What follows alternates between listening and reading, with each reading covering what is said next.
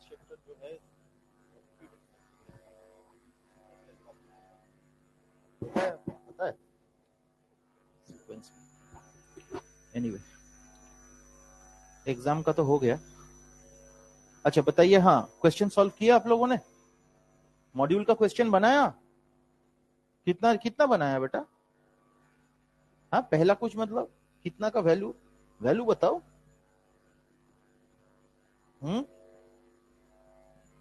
কি রে, এটা কোথায় গেছে? জয়েন করছে না কেন? কি হলো এদের? হুম, बोल दिए।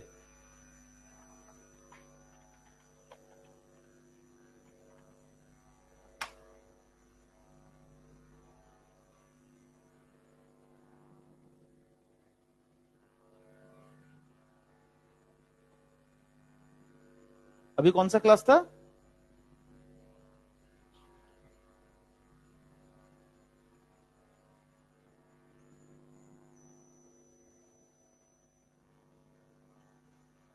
तो अच्छा हाँ, फिलहाल इनहिबिशन वाला पार्ट जो था वो हम लोगों ने डिस्कस किया था, है ना?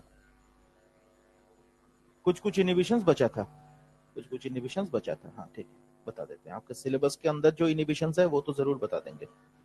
सिलेबस के अंदर इन द सेंस कोई ना कोई चैप्टर में उसका डिस्कशन है उस तरह से, तो वो तो जरूर बता देंगे। जस्ट वेट कर रहे हैं।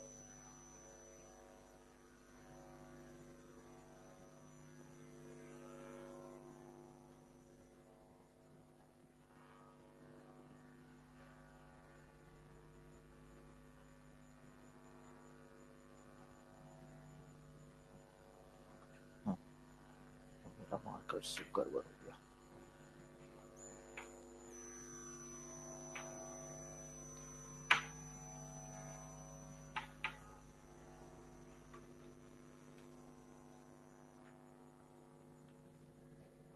আঠাশ? হ্যাঁ মানুষ বাঁচবে কি করে রে? 28 করলে কেউ বাঁচতে পারে? मैंने बोला ना बैक्टीरियल इन्फेक्शन इंक्रीज हो जाएगा, bacteria multiplies at 25 degree Celsius. थोड़ा ठंडा हो जाए फिर इसको बंद कर देंगे। बंद नहीं हो, थोड़ा आप लोग फिर ढक्कन लगा दोगे। ढक्कन लाए? तुझे तो दिक्कत नहीं होता? हाँ তোর হয় ঠান্ডা ঠান্ডা লাগে? ও তোর গায়ে তো যাচ্ছে না। তুই এনেছিস কিছু? बस वेरी गुड। उमे मैडम आप कुछ लाई? हाँ वाह वाह, तू तो ऐसे ढक देती है जैसे सोना है। और आरिश मैडम आप पढ़ाई वढ़ाई कर रही हो? छोड़ दी? पढ़ रहे हो? कैसी बातें कर रहे हो? अच्छा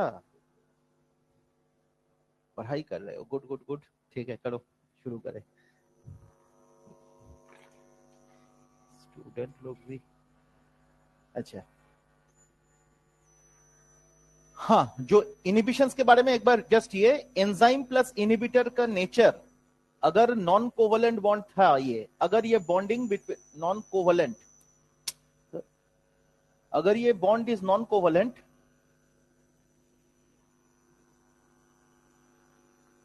then it is a reversible inhibition. यही बताया था तो, रिवर्सिबल इनहिबिशन। और इसमें हमने कॉम्पिटिटिव पढ़ा,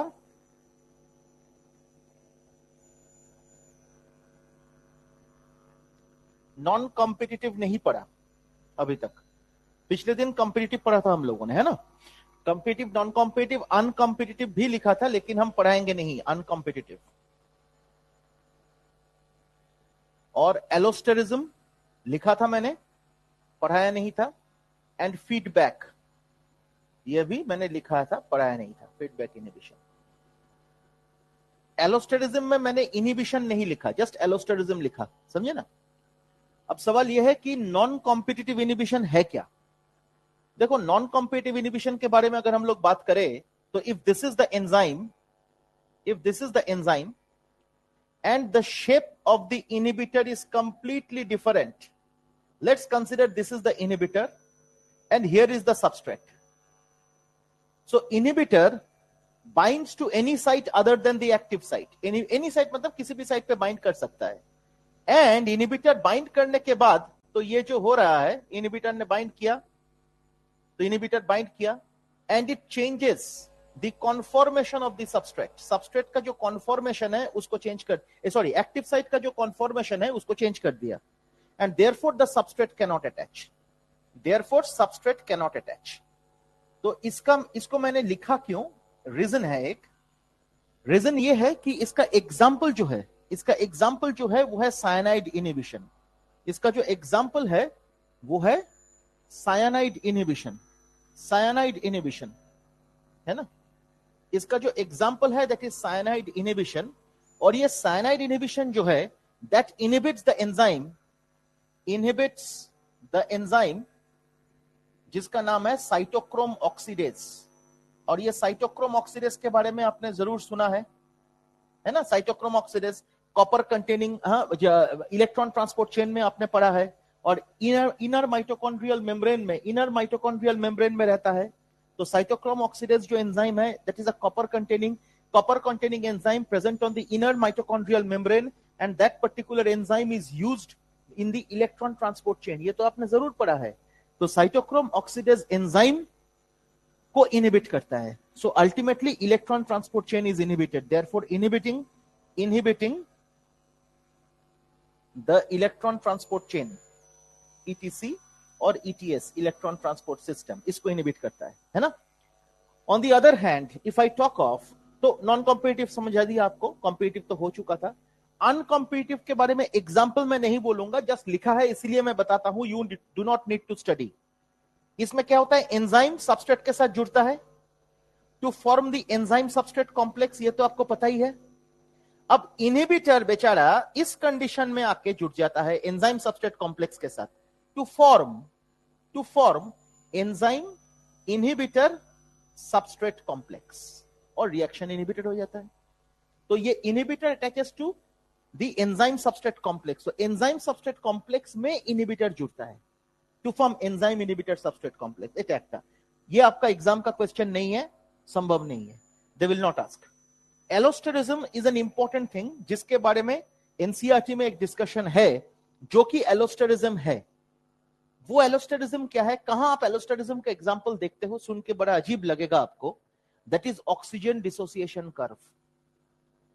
ऑक्सीजन डिसोसिएशन कर्व या हीमोग्लोबिन डिसोसिएशन कर्व जो आप पढ़ते हो एनसीईआरटी में 274 का जो फोटोग्राफ है, तो उसमें एलोस्टेरिज्म का डिस्कशन है, माने एलोस्टेरिज्म का ही एप्लीकेशन है। वो एक बार आपको समझा देते हैं हम। सबसे पहले देखिए, एलोस्टेरिज्म के बारे में हम लोग अगर बात करें, एलोस्टेरिज्म के बारे में हम लोग अगर बात करें, तो वही एंजाइम एलोस्टेरिज्म दिखाएगा, वही एंजाइम एलोस्टेरिज्म दिखाएगा जिसका एक्टिव साइट को छोड़ के एक और साइट है जिसका नाम है एलोस्टेरिक साइट। मैंने क्या कहा, suppose this is an enzyme showing allosterism, ये एक एंजाइम है, एलोस्टेरिज्म दिखा रहा है। एंजाइम का active site is this and this is the allosteric site. So enzyme में दो साइट्स होंगे, एक को कहोगे आप एक्टिव साइट और एक को कहोगे आप एलोस्टेरिक साइट, समझे ना। और ये एंजाइम का मजा क्या है ना, ये बेचारा कोई भी काम करेगा तब भी उसको कोई सहारा चाहिए, काम अगर रिएक्शन अगर करेगा तब भी इसको सहारा चाहिए, और अगर रिएक्शन नहीं करेगा तब भी किसी के वजह से नहीं करेगा। ये अकेला कुछ नहीं कर सकता। और किसका सहारा होता है, देखिए ये enzyme, such allosteric enzymes always require a modifier या तो मॉड्यूलेटर, एक मॉडिफायर या मॉड्यूलेटर चाहिए इसको काम करने के लिए। जैसे कि देखिए, if the modifier is suppose like this is an activator, if the modifier is an activator then the enzyme acts, then the reaction occur, समझे ना। अगर ये एक्टिवेटर है तब रिएक्शन होता है, अगर ये इनहिबिटर है, अजीब सा दिखता है ना, suppose is inhibitor, it is the inhibitor, तब reaction is inhibited, then reaction is inhibited. समझ में आया आपको। तो ये हमेशा किसी ना किसी के सहारे जीता है। रिएक्शन करने के लिए भी किसी का सहारा चाहिए जिसका नाम है एक्टिवेटर, रिएक्शन ना करने के लिए भी किसी का सहारा चाहिए, चल रहा है, रिएक्शन ना करने के लिए भी किसी का सहारा चाहिए, वो है इनहिबिटर। और जब देखो इसमें दो कंडीशन मैंने अभी कहा, अगर एक्टिवेटर आया तो ये एंजाइम देखिए, this is the substrate site, this is the activator attaching site, तो ये एक्टिवेटर जैसे जुड़ गया, suppose this is the activator, तो ये एक्टिवेटर क्या होगा, दिस विल गेट अटैच्ड, तब कुछ नहीं है, ये सबस्ट्रेट भी जुड़ जाएगा। समझ में आया? समझ में आ गया? And therefore reaction occur, reaction होता है बेटा, reaction occurs. In that case what we say, that the activator and substrate are positively cooperating with one another, with each other. इसीलिए इसको हम लोग कहते हैं positive allosterism. On the other hand अगर ये है एंजाइम,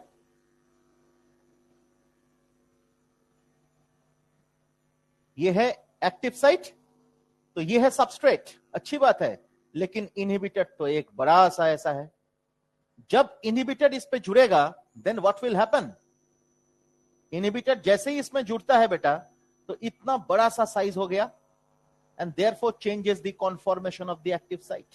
देखो, and therefore substrate can not attach, substrate जुड़ नहीं पाएगा, and therefore reaction is inhibited. समझे? Reaction is inhibited. पिक्चर देख के ही आपको समझ में आ जाएगा। तो अगर रिएक्शन होता है तब भी एक्टिवेटर चाहिए उसको, अगर रिएक्शन इनहिबिटेड होता है तब भी इनहिबिटर चाहिए, तो हमेशा इसको मॉड्यूलेटेड या मॉडिफायर चाहिए, ये अकेला कभी काम नहीं कर सकता। इसी का एग्जाम्पल, अच्छा इसको कहते हैं हम लोग नेगेटिव कोऑपरेटिविटी, नेगेटिव कोऑपरेशन और नेगेटिव एलोस्टेरिज्म। ऐसा ही एक कंडीशन बनता है ऑक्सीजन डिसोसिएशन कर्व में, ओडीसी या तो हीमोग्लोबिन डिसोसिएशन कर्व, पढ़ते हो ना आप लोग। तो ये ओडीसी या तो हीमोग्लोबिन डिसोसिएशन कर्व क्या है? ओडीसी या तो हीमोग्लोबिन डिसोसिएशन कर्व एक ऐसा फेनोमेना है जहां पे आप क्या देख रहे हो, ध्यान से देखिए। आपको हीमोग्लोबिन पता है तो हीम लिखते हैं हम, हीम।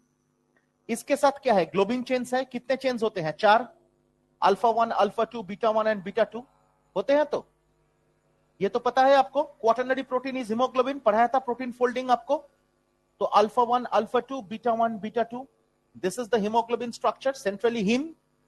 याद रखिएगा, ये सोच लीजिए कि मैं ऑक्सीजन डिसोसिएशन कर्व के बारे में ही आपसे बात कर रहा हूं, वो तो सिलेबस का पार्ट है तो। अब देखिए ध्यान से, याद रखिएगा कि जब कार्बन डाइऑक्साइड कॉन्सेंट्रेशन इंक्रीज होगा इन द ब्लड, तो क्या है, in this condition a substance that is produced, A compound that is produced, a compound which is produced in this anaerobic condition, carbon dioxide बढ़ेगा तो anaerobic condition बन गया, तो in this anaerobic condition वो क्या है, this compound is called 2,3 BPG, full name 2,3 bisphosphoglycerate. और ये कहां से आता है बेटा? This is the by product of glycolysis, माने intermediate product of glycolysis. Glycolysis 1,3 BPG है ना, तो it's an intermediate formed from an intermediate of glycolysis। Just ये मैंने क्यों कहा, ध्यान से देखो, ग्लाइकोलाइसिस ऐसा फेनोमेना है जो एनारोबिक फेनोमेना है, ऑक्सीजन इंडिपेंडेंट प्रोसेस है। इसीलिए कार्बन डाइऑक्साइड इंक्रीज हो गया मतलब ऑक्सीजन का कोई परफॉर्मेंस इधर है नहीं, and therefore glycolysis is promoted, and therefore glycolysis से 3 PGA 1,3 bis PGA होता है, 1,3 bis PGA से 2,3 BPG बनता है। 1,3 bis PGA 1,3 बिसफॉस्फोग्लाइसेरेट, अगर ग्लाइसेरिक एसिड 1,3 बिसफॉस्फोग्लाइसेरेट अगर देखोगे आप, तो ग्लाइसेरिक एसिड माने PGA 1,3 bis PGA, तो इस पे एक फॉस्फेट लग जाएगा, देखो, और HOH बन गया, और CH2OP माने अनदर फॉस्फेट। ये क्या है? फॉस्फेट है, ऐसे मैंने बनाया, मतलब दैट इज PO4 3-, তাই তো। তাহলে দেখো, এক নম্বর carbon, first carbon and third carbon में 2 फॉस्फेट है ना। सो दिस इज 1,3 BPG, जो बनता है किससे? ग्लाइकोलाइसिस में बनता है 1,3 BPG। और इसी 1,3 BPG में ध्यान से देखिएगा, एक अगर ये इधर आ गया और ये इधर चला गया तो क्या बनेगा? एक रीअरेंजमेंट अगर होगा तो 2,3-BPG बन जाएगा, C डबल बॉन्डेड OH बन गया, और देखिए ध्यान से HOP और CH2OP, ये क्या है? This is 2 and 3, 2,3-BPG. This is the compound that is produced from an intermediate of, मैंने क्या लिखा? From an intermediate of glycolysis. What is the intermediate? 1,3-BPG. 1,3-BPG से 2,3-BPG बन जाता है, बुझते पेरेছো? तो ग्लाइकोलाइसिस का इंटरमीडिएट प्रोडक्ट 1,3-BPG है। ग्लाइकोलाइसिस कब होता है? जब ऑक्सीजन लेवल कम होता है। इन दैट केस माने without independent process, oxygen independent process, तो in this case 1,3-BPG is formed and from there 2,3-BPG is formed. और ये जो 2,3-BPG है, इसका काम है ये ग्लोबिन चेन्स को ब्लॉक कर देना। दिस इज 2,3-BPG, है ना? ये है 2,3-BPG। तो ये ग्लोबिन चेन्स को क्या करता है? Block. So it blocks the globin chain. कर दिया। फिर ये ब्लॉक किया ग्लोबिन चेन को,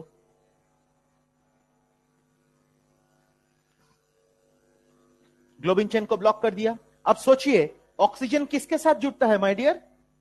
ऑक्सीजन हीमोग्लोबिन का कौन सा पार्ट से जुड़ता है पता है आपको? Oxygen binds to the haem of haemoglobin. ध्यान से सुनिए, carbon dioxide binds to globin of haemoglobin and carbon monoxide binds to haem of haemoglobin. ये सवाल है एग्जाम का, तो याद रखिएगा, अगर ग्लोबिन चेन को इसने ब्लॉक कर दिया, किसने? 2,3-BPG। क्यों ब्लॉक किया? बिकॉज कार्बन डाइऑक्साइड ज्यादा है। तो ग्लोबिन चेन को अगर वो ब्लॉक करके रखा है, घेर के रखा है, तो ऑक्सीजन कभी हीम के साथ जुड़ पाएगा, अंदर घुस पाएगा? अगर ग्लोबिन चेन को इसने ब्लॉक करके रखा है, तो ऑक्सीजन कैसे घुसेगा? हीम के अंदर नहीं घुसेगा, तो oxygen can not bind to haem. समझ में आया आपको? समझ में आया हावड़ा? ठीक, तो अगर ग्लोबिन चेन को लेके ऑक्सीजन हीम को ब्लॉक करके रखा है 2,3-BPG, तो कैसे होगा? नहीं हो सकता, बिकॉज ऑक्सीजन को तो हीम के साथ बाइंड करना है, तो हीम के साथ ऑक्सीजन कैसे बाइंड करेगा? चारों तरफ ब्लॉक किया हुआ है। समझ में आया? तो कॉन्फॉर्मेशनल ब्लॉकिंग है ये, और इसके वजह से what happens, oxygen can not bind to heme. And now oxygen कब जाके बाइंड करेगा?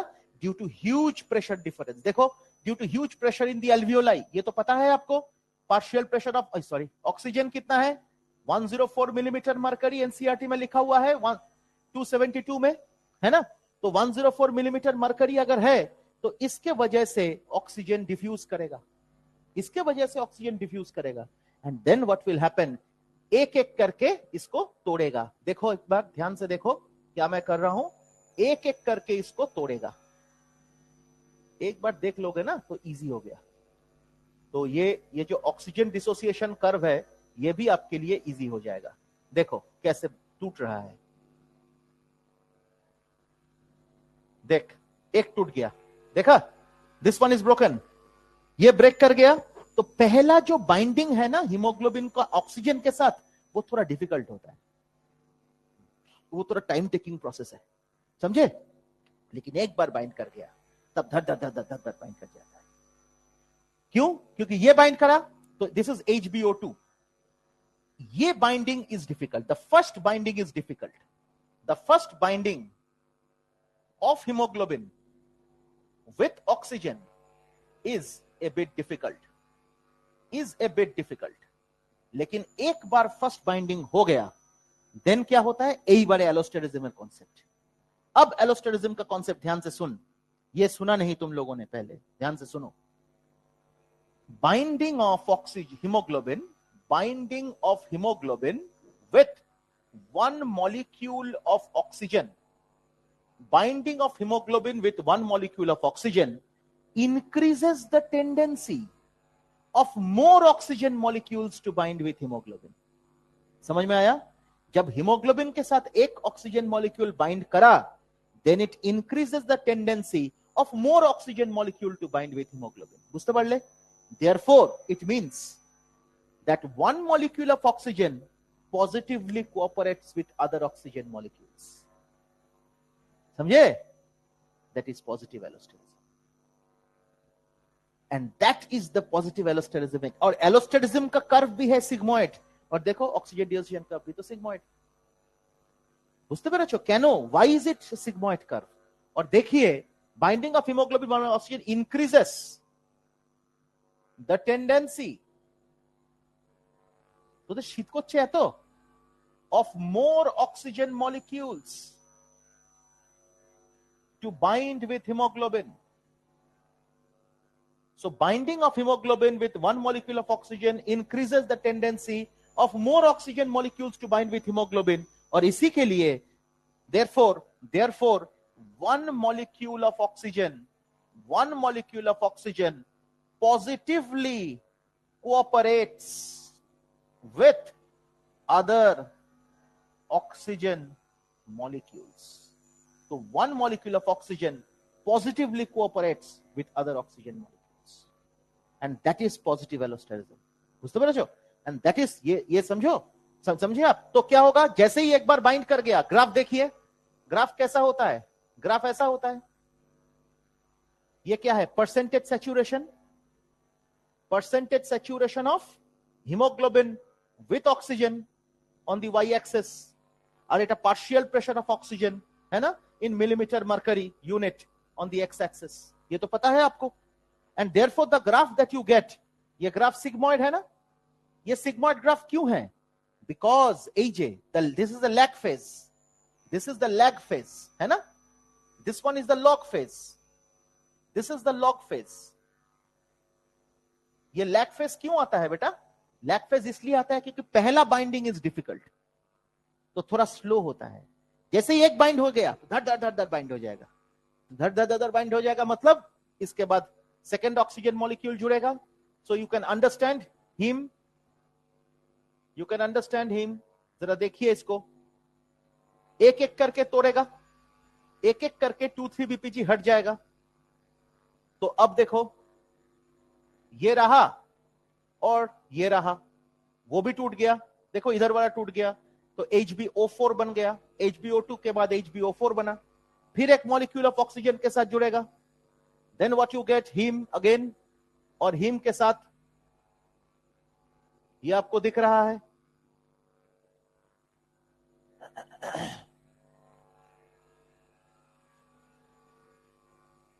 अब ये टूट गया, मान के चलिए केवल ये है.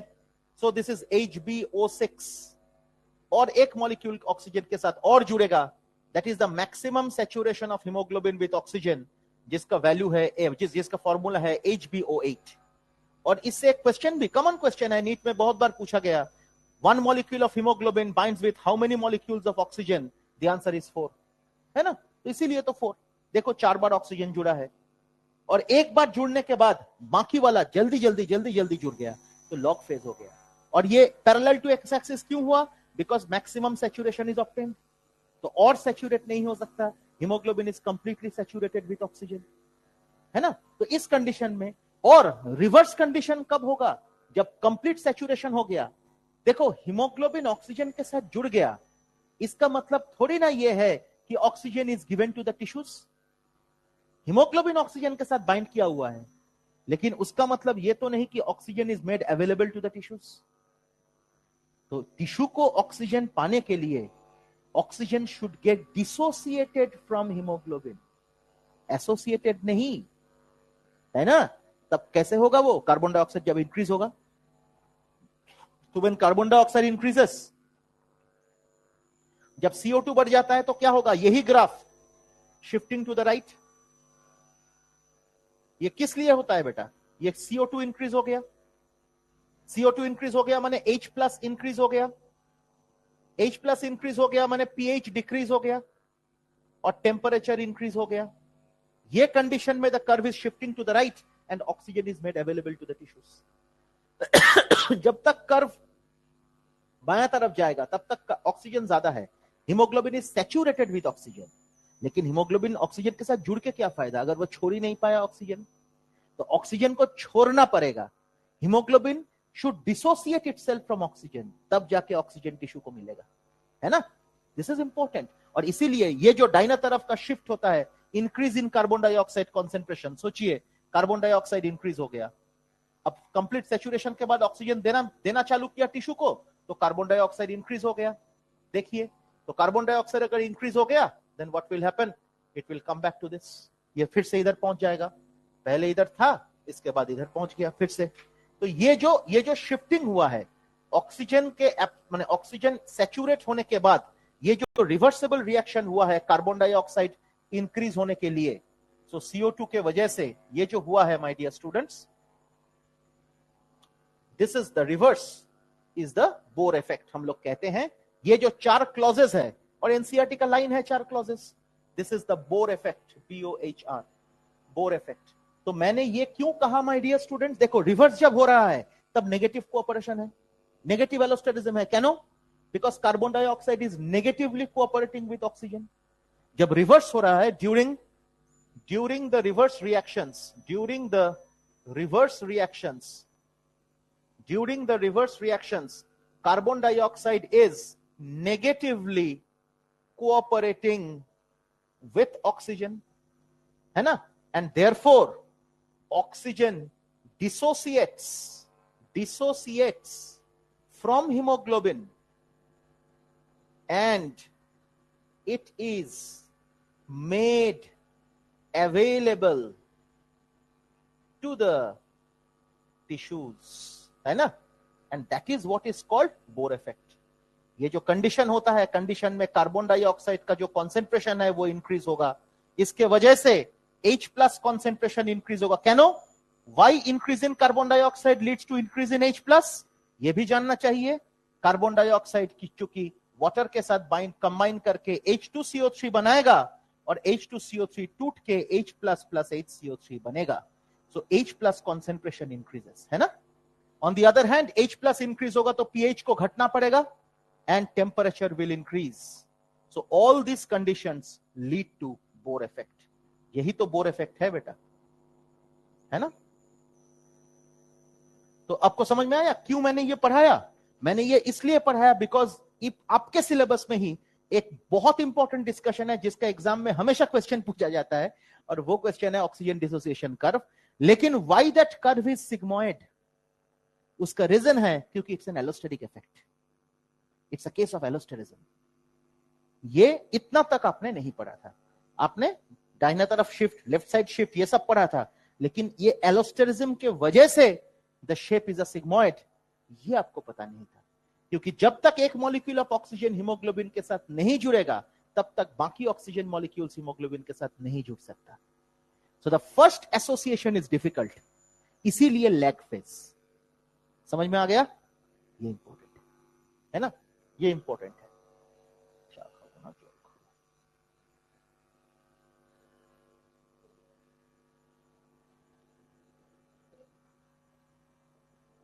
ওটা অন্য জিনিস, कुंडा, हाँ वो अलग चीज है, वो इससे रिलेटेड नहीं है। वो carbon dioxide transport between tissues and blood, उसमें आता है।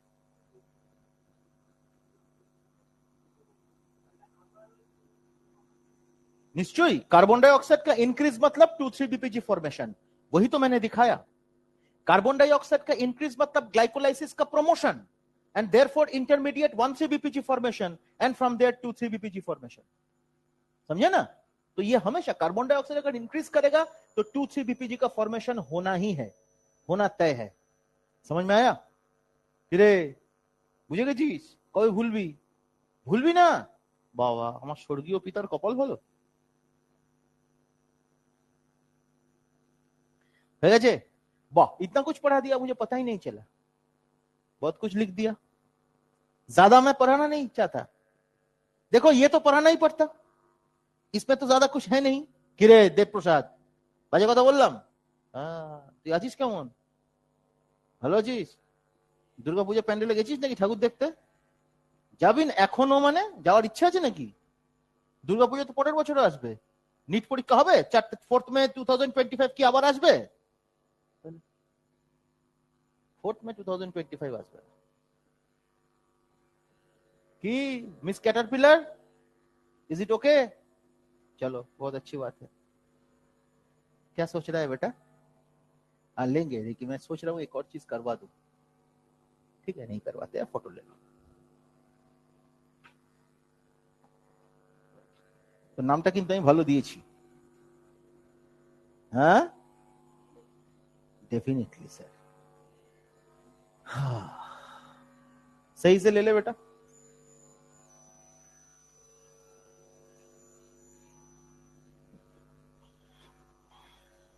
और एक एग्जाम फीडबैक भी है आपका सिलेबस में, एक रिएक्शन में है, मैं बता देता हूं आपको, वो भी है।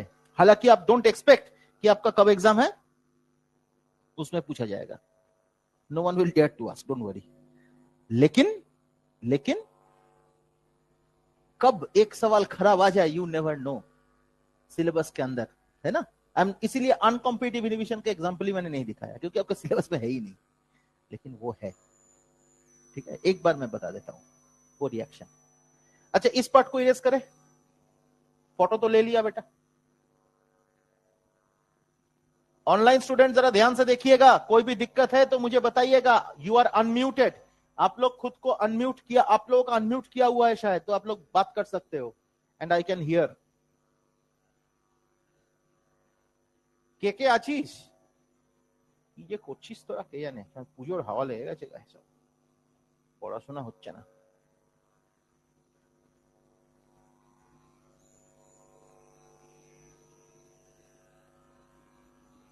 ये दुर्गा पूजा आ रहा है सही है, आ गया खत्म।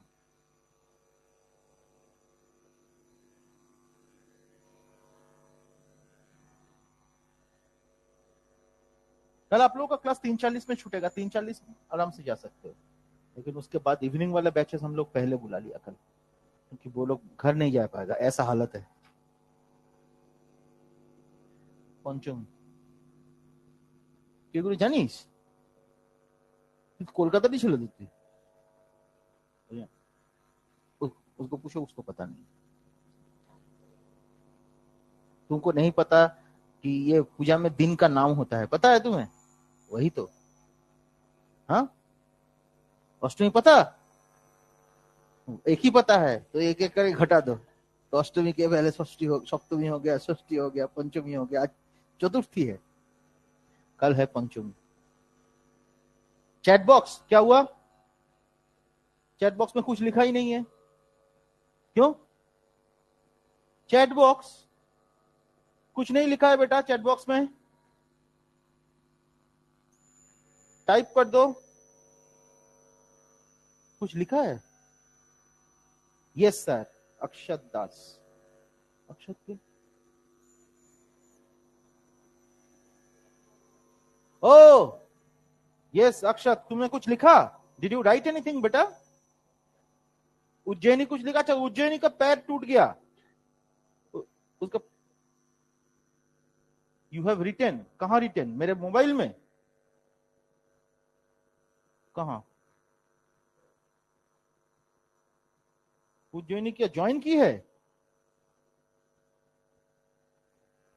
मुझे तो समझ ही नहीं आ रहा है, कुछ भी नहीं लिखा है चैट बॉक्स में,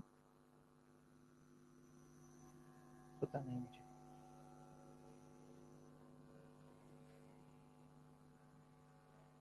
नहीं, कुछ नहीं लिखा है, उज्जैनी को लिख दो, मुझे मुझे मुझे पर्सनली लिख दे, मुझे समझ में नहीं आ रहा है, किसी ने नहीं लिखा। अच्छा, मैं फीडबैक इनहिबिशन के बारे में एक बार बात कर रहा हूं बेटा। तो ये फीडबैक इनहिबिशन एक्चुअली कहां है आपके सिलेबस में? देखिए, ग्लाइकोलाइसिस का जो पहला रिएक्शन है, ग्लाइकोलाइसिस का जो फर्स्ट रिएक्शन है क्या है? ग्लूकोज, पता है ना आपको? ग्लूकोज से लेके ग्लूकोज 6 फॉस्फेट, ग्लूकोज 6 फॉस्फेट, यही तो है ग्लाइकोलाइसिस का पहला रिएक्शन। এটাও বই খুলে দেখতে হচ্ছে, পেজ নাম্বার 230, আমি বলে দিচ্ছি 229। तो ग्लूकोज থেকে ग्लूकोज 6 फॉस्फेट, और इसमें क्या है? Hexokinase is the name of the enzyme, याद है ना? और एटीपी से लेके एडीपी, ये जो रिएक्शन है बेटा, this is an example of feedback inhibition. Why? Because, अच्छा, ग्लूकोज 6 फॉस्फेट के बाद फ्रुक्टोज 6 फॉस्फेट आपको पता है, fructose 1,6 bis phosphate dot dot dot dot dot dot dot dot, ऐसे ऐसे ऐसे ऐसे, अल्टीमेटली पाइरुविक एसिड, यही तो ग्लाइकोलाइसिस है। लेकिन ग्लूकोज 6 फॉस्फेट जब बना, जब ग्लूकोज 6 फॉस्फेट बना, glucose 6 phosphate will inhibit hexokinase, glucose 6 phosphate inhibits hexokinase, that means the product is inhibiting the enzyme।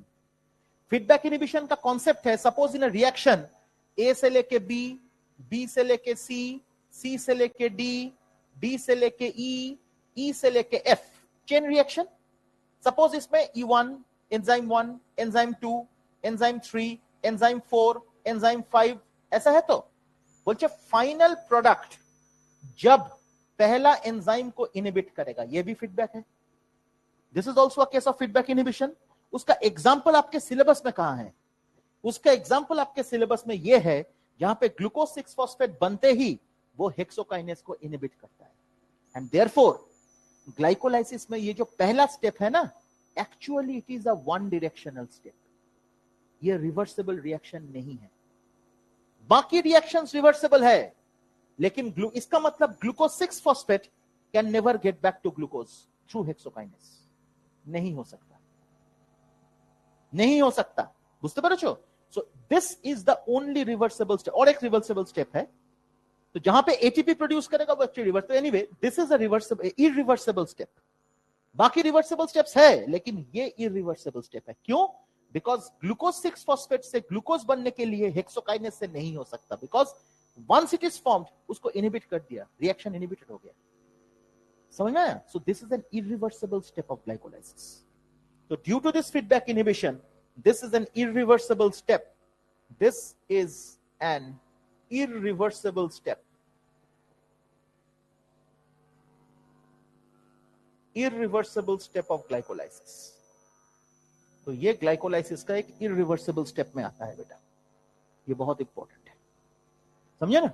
Done. तो इसको याद रखिएगा माय डियर स्टूडेंट्स। तो एग्जांपल्स मैंने आपको sir definition of allosterism again. Allosterism, the enzyme which always requires a modulator or modifier for its action or inhibition is allosterism. Allosterism is given by a substance which always require a modifier or modulator for its action or inhibition. That is basically allosterism. समझ में आया? यही है allosterism का fundamental principle. ठीक है, चलो ये भी बता दिया मैंने। और एक लिखा था मैंने इरिवर्सिबल इनहिबिशन का एक एग्जांपल लिखा था मैंने। एंजाइम जब इनहिबिटर के साथ बाइंड कर रहा है कोवलेंट बॉन्ड, ये एक इनहिबिशन दिखाता है। This type of inhibition is called suicide inhibition, बताया था मैंने। ये सुइसाइड इनहिबिशन क्या है बोलछे? इट इज टेलिंग दैट, अच्छा कॉम्पिटिटिव इनहिबिशन में मैंने बोल दिया था ना Vmax इज कांस्टेंट और Km बताया था ना मैंने, Km इंक्रीजेस, ये बताया था। चलो ठीक। अच्छा, सुइसाइड इनहिबिशन क्या है? बोल रहा है कि इनहिबिटर एंजाइम से जुड़ने से पहले उसका जो स्टेबिलिटी था, एंजाइम के साथ जुड़ने के बाद उसका स्टेबिलिटी इंक्रीज हो जाएगा। समझ में आया? तो बोलछे statement the inhibitor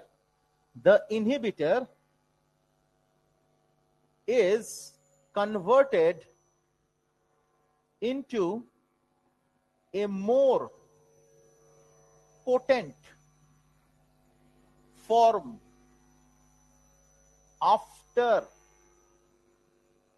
combining with the enzyme. The inhibitor is converted into a more potent form. More potent form का मतलब stability बढ़ गया, स्टेबिलिटी इंक्रीज हो गया। तो after binding with the enzyme इसका स्टेबिलिटी इंक्रीज हो गया। और इसका जो एग्जांपल है वो एक बहुत बेहतरीन एग्जांपल है माय डियर स्टूडेंट्स। इसका जो एग्जांपल है that is DFP, full name diisopropyl fluorophosphate. कैनो लिखलम? Why did I write this? This is called a nerve gas.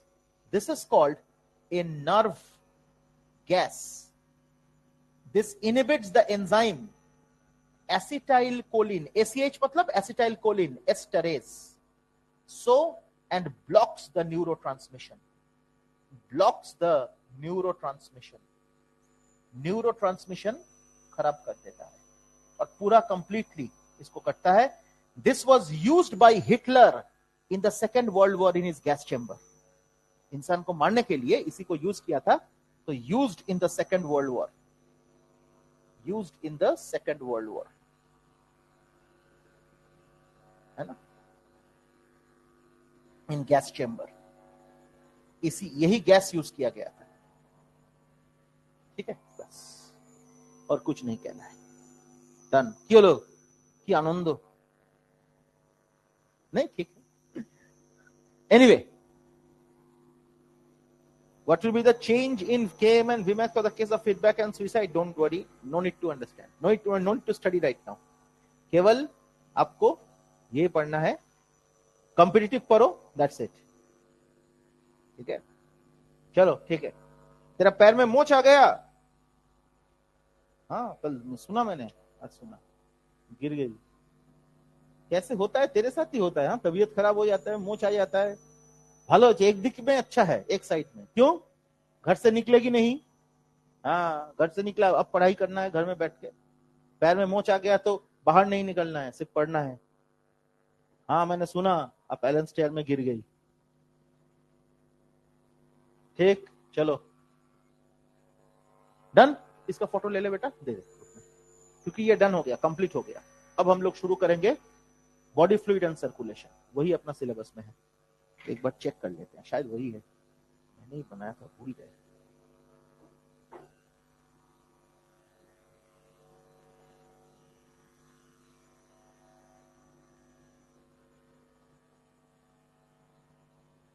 एक सेकंड।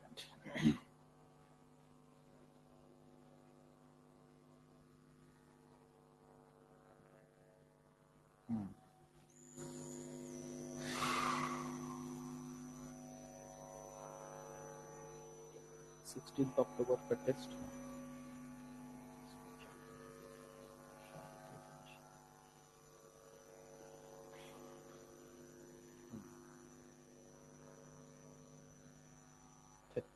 एकदम बॉडी फ्लूइड एंड सर्कुलेशन ही होगा।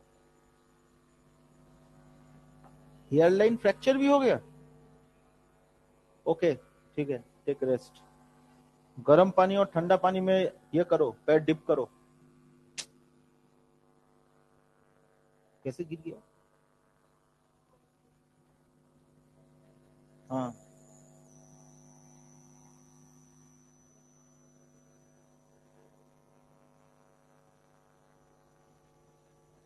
चलो फोटो ले लिया बेटा, चलो शुरू करें हम लोग, शुरू करें हम लोग।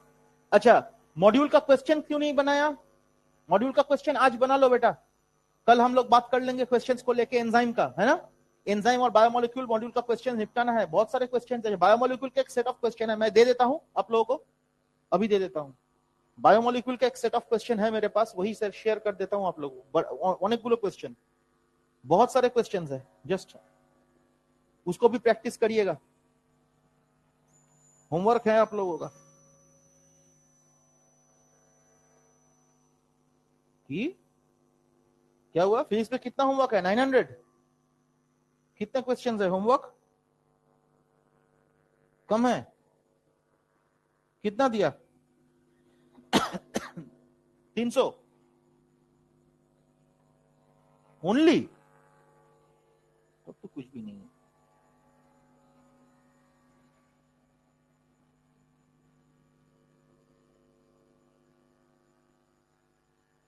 आप लोग इधर से ओएमआर शीट लेके जाना,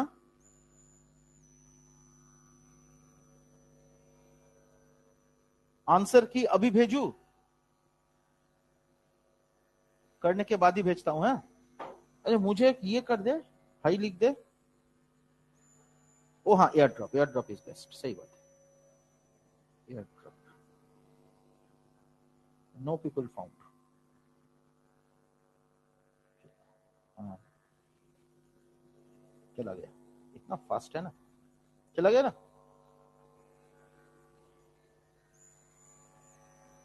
बहुत फास्ट है, देखो भेज दिया मैंने। कितने क्वेश्चंस है? होगा करीबन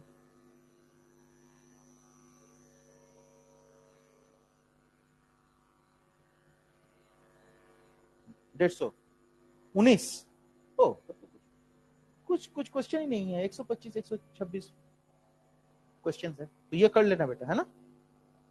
ठीक है, और मॉड्यूल का क्वेश्चंस कंप्लीट कर लेना। कल हालांकि आज कंप्लीट कर लेना मॉड्यूल का, अगर कुछ सवाल है आप लोगों के मन में तो वो पूछ ले सकते हो मुझे, तो मॉड्यूल का क्वेश्चन एक बार बैठ के कर लेना, है ना, घर जाके।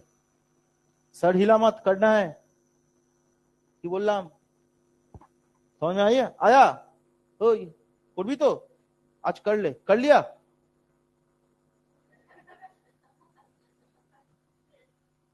बायोमोलिक्यूल एंड एंजाइम करना तो पड़ेगा, 16 तारीख को एग्जाम है बेटा इस चैप्टर का, है ना। ये 16 तारीख से पहले कल के बाद मुझसे मिलना मुश्किल है, क्योंकि मैं मिलूंगा नहीं, 14-15 मिलूंगा नहीं ना मैं, छुट्टी है। कल 8 तारीख है ना, ठीक है। बॉडी फ्लूइड शुरू कर देते हैं, सो दैट 14-15 को जो क्लास लेंगे मैं बोल दूंगा कि बॉडी फ्लूइड कंटिन्यू करने के लिए, है ना। हाँ दे देंगे उनको।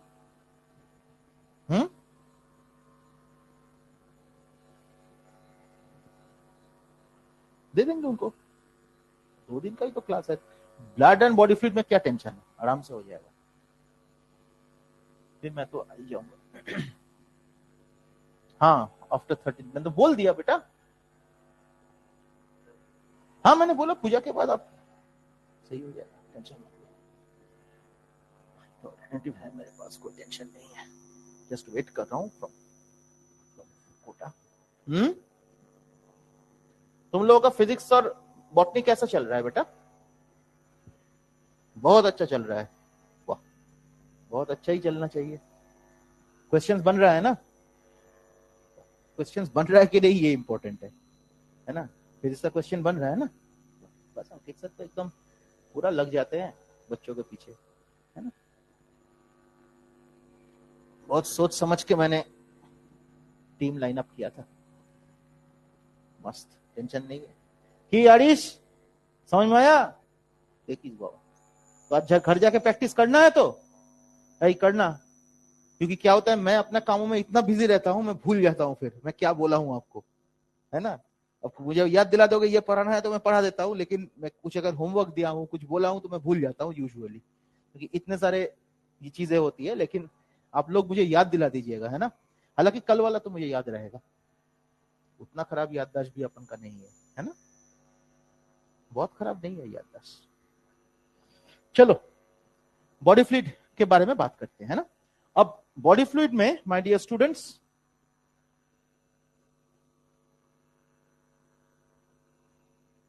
बॉडी फ्लूइड में एसेंशियली अपना है ब्लड एंड टिश्यू फ्लूइड, है ना।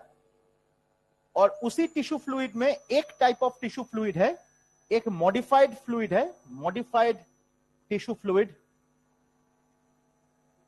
जिसको हम लोग कहते हैं लिम्फ। एक मॉडिफाइड टिश्यू फ्लूइड है जिसको हम लोग कहते हैं लिम्फ, ये तो आपको पता ही है, lymph is a modified tissue fluid. किस तरह का मॉडिफिकेशन है वो बाद में बात करेंगे, अभी नहीं। तो ब्लड के बारे में हम लोग अगर बात करते हैं बेटा,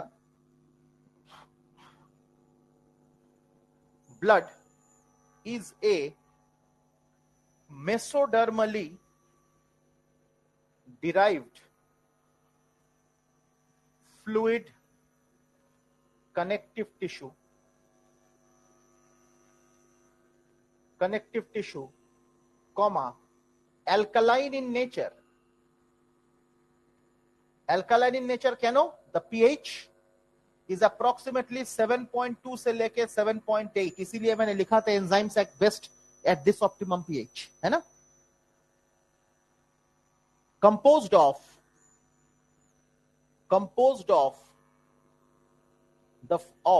the fluid part, the fluid part called plasma, है ना, and the solid part called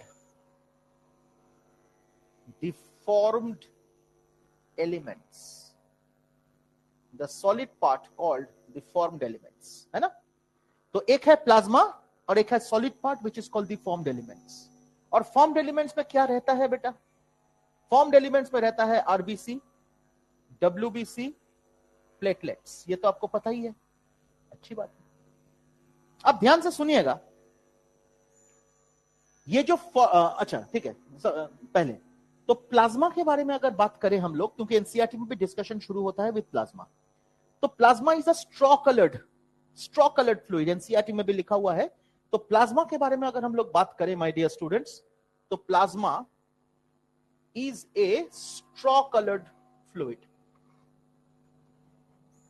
straw coloured मतलब जस्ट यूरिन का जो कलर होता है ना वैसा, urine is also straw coloured. Straw आपने देखा नहीं? स्ट्रॉ पता है आपको? हट्स देखे हो? हट के ऊपर जो छत रहता है उसमें ऐसे ऐसे पीला पीला स्ट्रीक्स रहता है ना, दोज आर स्ट्रॉ। स्ट्रॉ जब ड्राई हो जाता है ना, जब ड्राई हो जाता है तब जो कलर आता है हल्का सा पीला, हल्का सा वैसा कलर, समझे? तो that is the straw colour. तो plasma is the straw coloured fluid in blood. So plasma is a straw coloured fluid in blood. अब देखिए यही प्लाज्मा में इसका जो कंपोजिशन है या तो कंपोनेंट्स है, इसके कंपोनेंट्स क्या है? इसके कंपोनेंट्स क्या है? कंपोनेंट्स হচ্ছে नंबर 1 द प्रोटीन पार्ट, माने प्लाज्मा प्रोटीन्स क्या है? Albumin, globulin, prothrombin and fibrinogen.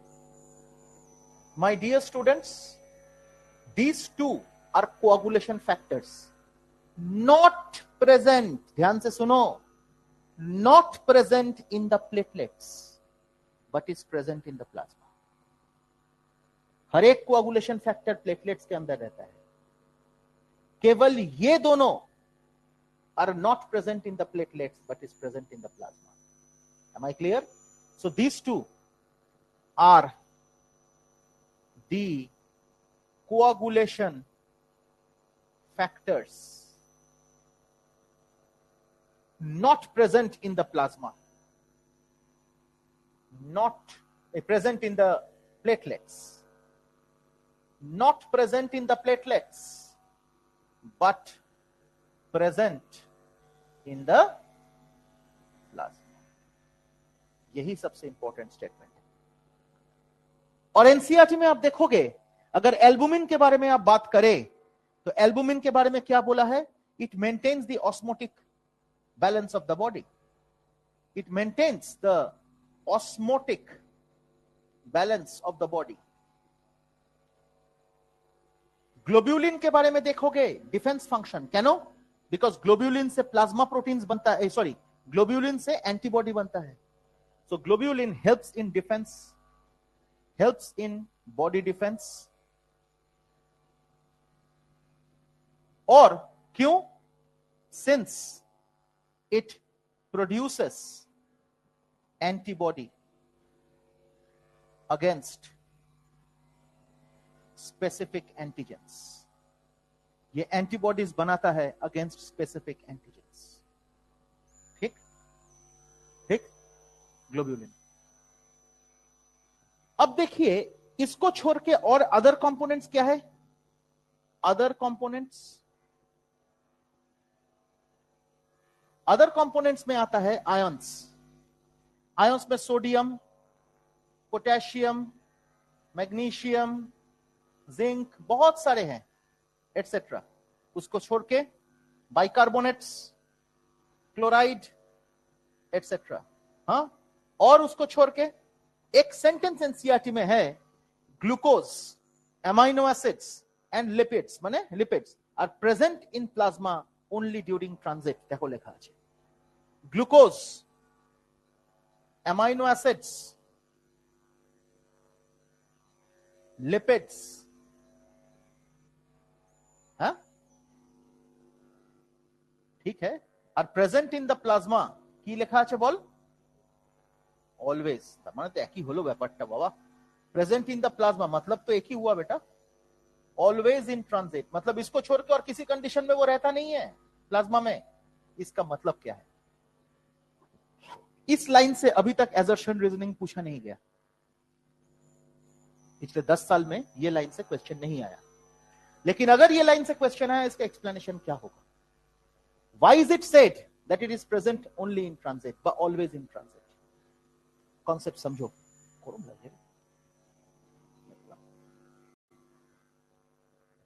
Concept समझो, ये क्यों लिखा है देख। Suppose this is the intestine, suppose this is the intestine,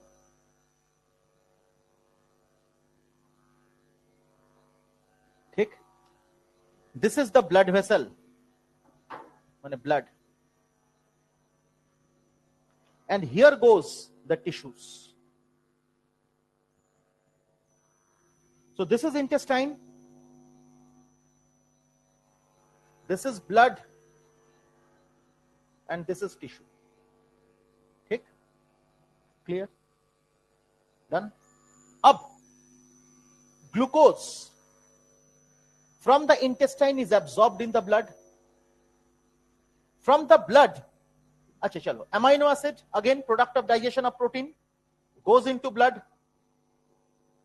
lipids माने fatty acids and glycerol, ये lipid मतलब यही बोलना चाहा है कि fatty acids and glycerol, this also enters here,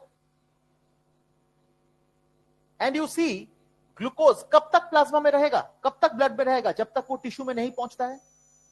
amino acid कब तक ब्लड में रहेगा, जब तक वो टिश्यू में नहीं पहुंचता है। लिपिड्स भी ब्लड में कब तक रहेगा, जब तक वो टिश्यू में नहीं पहुंचता है। तो इसका काम ही है, ब्लड का काम है ट्रांसपोर्टेशन। तो ये इधर पहुंचेगा, इधर पहुंचेगा और इधर पहुंचेगा, फिर ये खाली फिर आएगा। Got my point? So it is present in the plasma only in transit. কি বললাম বুঝতে পেরেছো? सो इसका रीजन, अगर ये एजर्शन हुआ, ये स्टेटमेंट अगर एजर्शन हुआ, तो इसका रीजन क्या होगा? देखिए इसका रीजन क्या होगा। रीजन ये है कि glucose, amino acids and lipids are present in the plasma, enters into the plasma from the intestine only to be transported to the tissues for respiration, for metabolism. समझ में आया?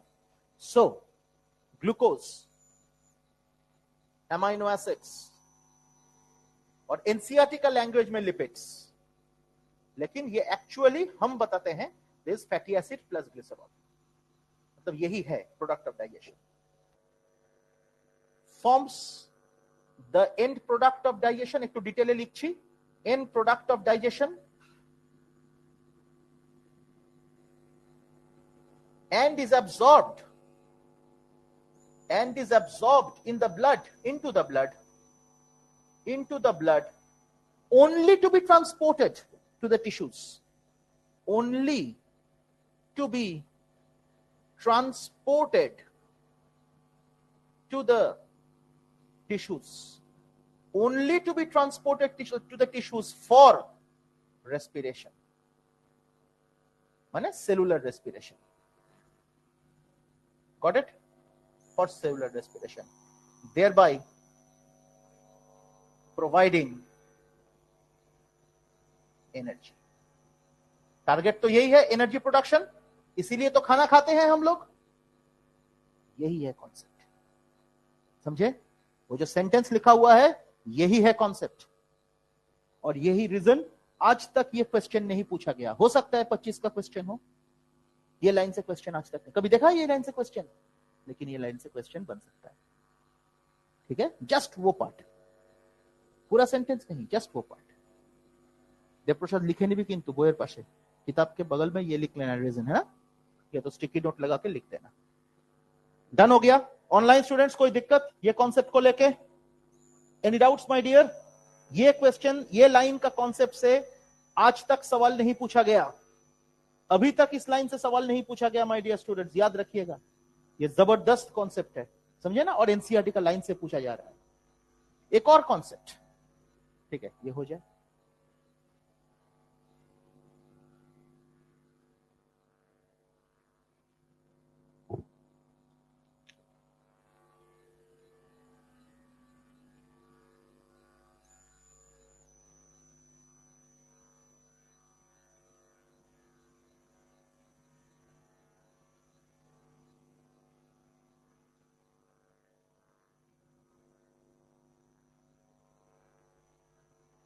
किस तरह से पेन पकड़ता है? इस तरह से?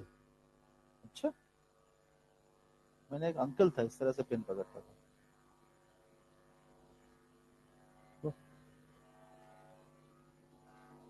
Very unique.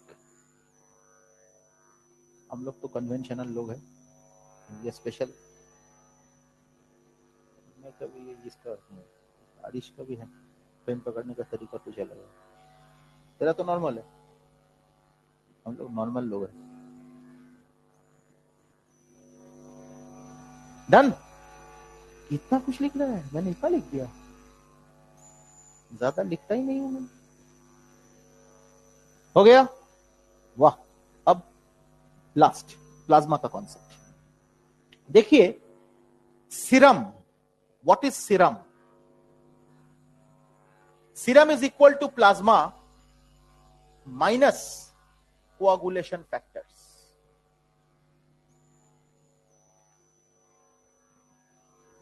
ठीक ठीक। और देखिए, प्लाज्मा के अंदर भी तो दो कोआगुलेशन फैक्टर है, प्रोथ्रोम्बिन एंड फिब्रिनोजेन, उसको भी माइनस कर दिया, इसीलिए जनरलाइज कर दिया कोआगुलेशन फैक्टर। समझ में आया? अब देख, plasma is equal to blood minus formed elements, है तो? है तो? Therefore, serum is equal to blood minus formed elements plus coagulation factors, है ना?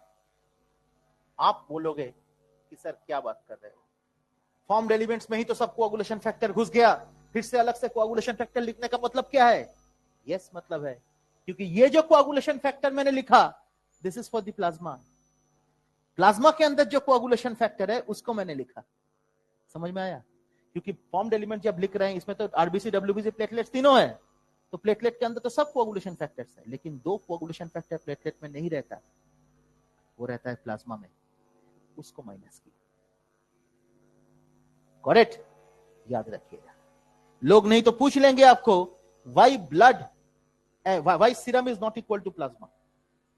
कॉन्सेप्ट क्या है? Serum is not equal to plasma, इसका मतलब क्या हो गया? Therefore serum is not equal to plasma. Why? Why explain कर सकते हो? एक्सप्लेन आप तभी कर सकते हो जब आपको यह पता है कि these two are present in plasma, these are coagulation factors। अगर ये पता नहीं है, कोई बंदा आंसर नहीं कर पाएगा कि why serum is not equal to plasma. तो इसको भी एजर्शन कंसीडर कर सकते हैं हम लोग। सिंपल क्वेश्चन, लेकिन देखो, है ना, क्वेश्चन तो सिंपल है। ये हम, आप लोग भी सोचते थे कभी एज अ स्टूडेंट कि भाई सीरम और प्लाज्मा में फर्क क्या है? दोनों तो एक ही लगता है, लेकिन प्लाज्मा में दो कोआगुलेशन फैक्टर छुपा हुआ है, जिसको भी रिमूव किया जाएगा, जब रिमूव किया जाएगा तब जाके सीरम बनेगा, नहीं तो प्लाज्मा एंड सीरम सेम हो जाता है। तो why plasma and serum are not same? Since serum, reason, serum does not include the coagulation factors present in the plasma, within bracket prothrombin and fibrinogen।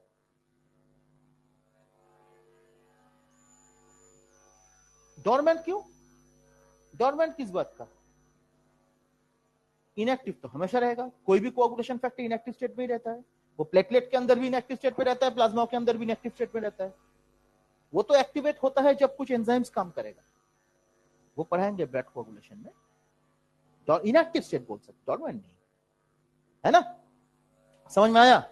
देखो एक sentence है plasma में, plasma थोड़ा पढ़ तो, प्लाज्मा का पैराग्राफ लेफ्ट से एकदम पढ़। अच्छा, विस्कस फ्लूइड, ये पॉइंट मिस हो गया था मेरा, कहां गया? विस्कस फ्लूइड, सॉरी, ये पॉइंट देखो पढ़ा इसलिए याद आ गया। विस्कस फ्लूइड मतलब समझते हो ना, विस्कोसिटी है, due to this substances, proteins है ना, तो विस्कस हो गया। चलो, हाँ, परसेंटेज तो याद करना ही पड़ेगा, 55% ऑफ द ब्लड, तो 55% ऑफ द ब्लड में प्लाज्मा है।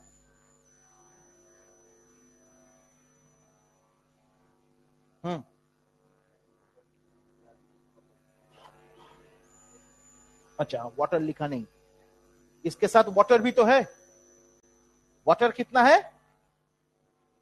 हट 90 से लेके 92%, और प्रोटीन है 6 से 8%, है तो याद रखना पड़ेगा। और पढ़ो,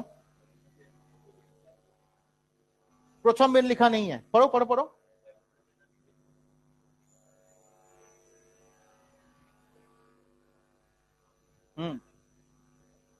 बस बोलो।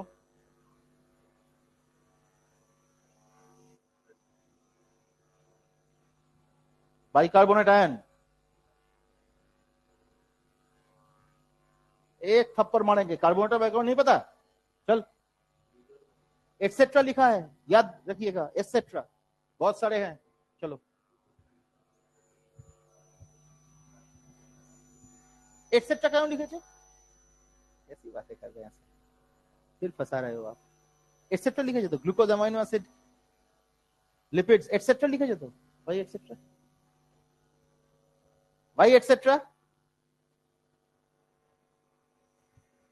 इन product of digestion of carbohydrate क्या है? केवल ग्लूकोज है, केवल ग्लूकोज है। फ्रुक्टोज भी है, गैलेक्टोज भी है, फ्रुक्टोज भी है, गैलेक्टोज भी है। सुक्रोज टूट के क्या बनेगा? Fructose and glucose. लैक्टोज टूट के क्या बनेगा? Glucose and galactose. तो गैलेक्टोज एंड फ्रुक्टोज का भी तो एब्जॉर्प्शन होना है, एटसेट्रा को गोल करके लिख दो, galactose and fructose are also present. समझे? एक एक वर्ड पे खेल हो जाएगा। तो इधर भी मैं पिक्चर में बना देता हूं बेटा। और क्या प्रेजेंट है? Galactose, GAL, galactose and fructose, वो भी तो प्रेजेंट होगा। वो भी तो इसी तरह से इधर जाएगा और उसी तरह से इधर जाएगा। ठीक ठीक, कोई दिक्कत? फिर बोल। मास्टर स्ट्रोक কি লিখছে? আবার প্রথমটা फैक्टर्स। जब पहले लिखा था कंपोजिशन में, प्रोटीन में केवल फिब्रिडोजन लिखा, प्रोथ्रोम्बिन नहीं लिखा, लेकिन इधर लिख रहा है फैक्टर्स, मतलब 2। ठीक, चलो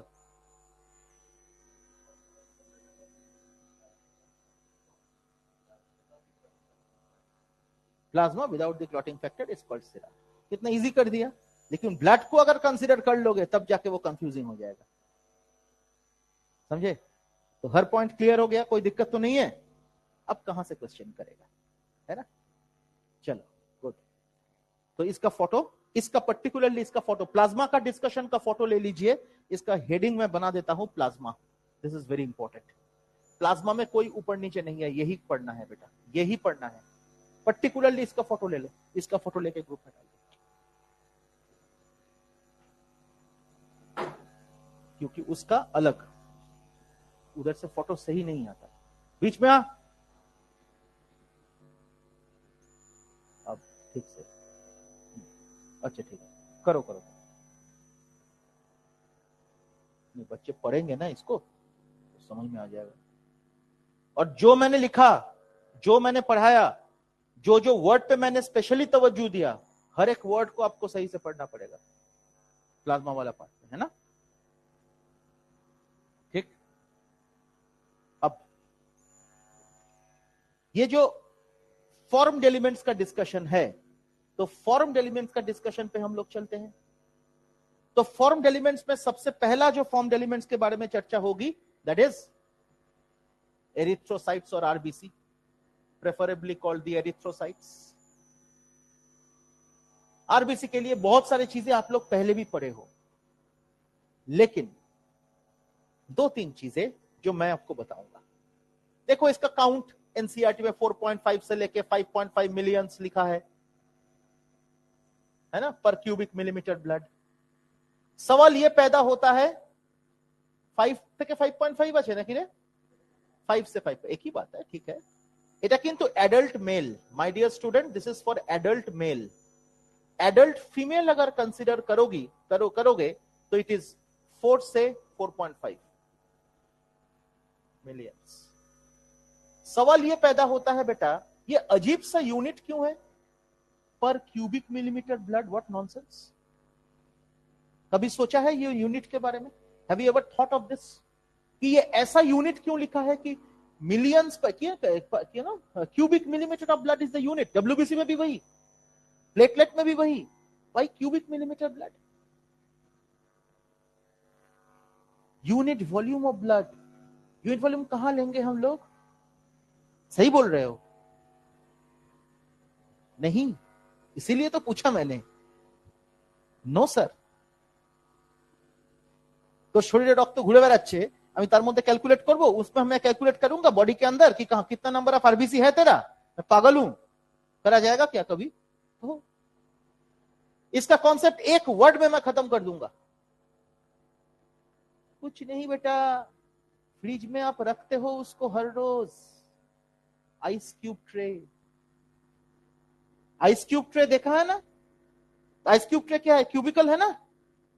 ऐसा ही 1 मिलीमीटर क्यूब का एक ट्रे होगा और उसके अंदर ब्लड दिया जाएगा और उसी में आरबीसी कैलकुलेट किया जाएगा, इसीलिए पर क्यूबिक मिलीमीटर ब्लड। समझ में आया? देखो कितना इजी हो गया, कभी नहीं भूलोगे, जिंदगी में नहीं भूल सकते आप। वाई पर क्यूबिक मिलीमीटर ऑफ ब्लड, इसीलिए। जैसे कि आइस क्यूब का ट्रे है, अब एक ट्रे कंसीडर करो जिसका length breadth and height will be 1 millimetre, हो गया, काम खत्म। उसके अंदर जितने नंबर ऑफ आरबीसी आप कैलकुलेट करोगे, दैट इज पर cubic millimetre blood. Got it? समझ में आ गया कॉन्सेप्ट? अच्छा, अब जरा देखिए, अगर मैं लिखता हूं फीटस, इसमें कितना होगा? It is approximately 9 to 10 millions पर क्यूबिक मिलीमीटर ब्लड। इसका मतलब जब फीटस का बर्थ होता है उसके बाद there is a rapid decrease in the number of RBC. इसका मतलब तो यही है, फीटस का बर्थ होने के बाद number of RBC decreases rapidly, number तो घटना पड़ेगा। और आरबीसी डिक्रीज होने का मतलब ये है कि बिलिरुबिन सिंथेसिस ज्यादा हो जाता है, बिकॉज आरबीसी का ब्रेकडाउन प्रोडक्ट में बिलिरुबिन होता है। Colour of urine and colour of stool कौन देगा? ब्रेकडाउन ऑफ आरबीसी, है ना, जो बाइल पिगमेंट्स होते हैं। तो एनीवे,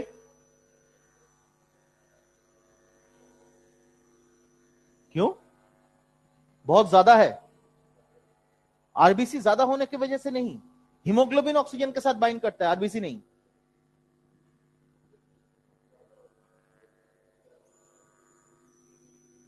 इसीलिए तो मजा है फीटल हीमोग्लोबिन में।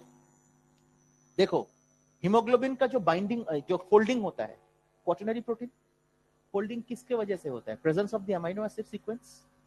Amino acid sequence will determine कि फोल्डिंग हो रहा है कि नहीं, किस तरह का फोल्डिंग हो रहा है, तो जिस कारण पे मायोग्लोबिन टर्शियरी है, हीमोग्लोबिन क्वाटरनरी है, हाँ, एंजाइम टर्शियरी है। इसका मतलब orientation of amino acids are important. Foetal haemoglobin में, एडल्ट जैसा नहीं, फीटल हीमोग्लोबिन में एक अमीनो एसिड रहता है आर्जिनिन, उसका अबंडेंस है, एंड आर्जिनिन होने की वजह से it has a greater binding capacity with oxygen. ওই ডেল্টা চেনের মধ্যেই ওখানে বিটা থাকে না, ওখানে ডেল্টা থাকে। why delta? because the chain is different and that chain contains abundance of arginine। বুঝতে পারছো? and that is the reason। और इसीलिए ऑक्सीजन डिसोसिएशन कर्व जब देखोगे आप, ये अगर नॉर्मल हम लोगों का है हीमोग्लोबिन डिसोसिएशन कर्व ऐसा, ये है मायोग्लोबिन डिसोसिएशन कर्व, ये है fetal. This is hemoglobin dissociation curve, HBDC. This is myoglobin dissociation curve. This is fetal hemoglobin dissociation curve। समझे? आपके मॉड्यूल में है breathing and exchange of gas वाला चैप्टर, अगर खोलोगे मॉड्यूल का, उसमें तीनों है। इसीलिए समझी? Because it is a delta chain. वो हम नहीं पढ़ाएंगे, लेकिन इतना तो मैं लिखूंगा कि number of RBC is more in case of foetus. अब कहां गया? हाँ, आरबीसी का नॉर्मल शेप क्या होता है? बाइकॉनकेव। ये अप्रोक्सीमेटली 2.2 माइक्रोन, और इसका जो डायामीटर है that is 7.2 micron. So diameter is 7.2 micron और थिकनेस इज 2.2 माइक्रोन। समझे? और आरबीसी का site of synthesis next day के लिए रख देते हैं, क्योंकि मैं ये पढ़ा दूंगा तो थोड़ा उनको पढ़ाना भी होगा। साइट ऑफ सिंथेसिस बहुत सारी जगह से आपको पता ही है। एम्ब्रियो में एक, अच्छा लिख देते हैं, वेरी गुड, एम्ब्रियो में यॉर्क सैक, फीटस में liver, spleen and red bone marrow, adult में red bone marrow. Site of destruction, site of destruction embryo, yolk sac, उसी में होता है। Foetus, spleen and partly in liver, partly in liver, और adult तो आपको पता ही है, spleen. Spleen is also the site for the maturation. Spleen is also the site for the storage of RBC. Spleen is also the site for the storage of RBC. तो storage of RBC spleen में होता है, therefore it is also called the blood bank of the body. এই কনসেপ্টটা কোথায় লেখা আছে? Volume 2, human health and disease. RBC को फिल्टर करके स्टोर करता है, और इसके लिए साइट ऑफ डिस्ट्रक्शन, देयरफॉर এটা তো এনসিআরটি এখানেই লেখা আছে, গ্রেভইয়ার্ড, है ना।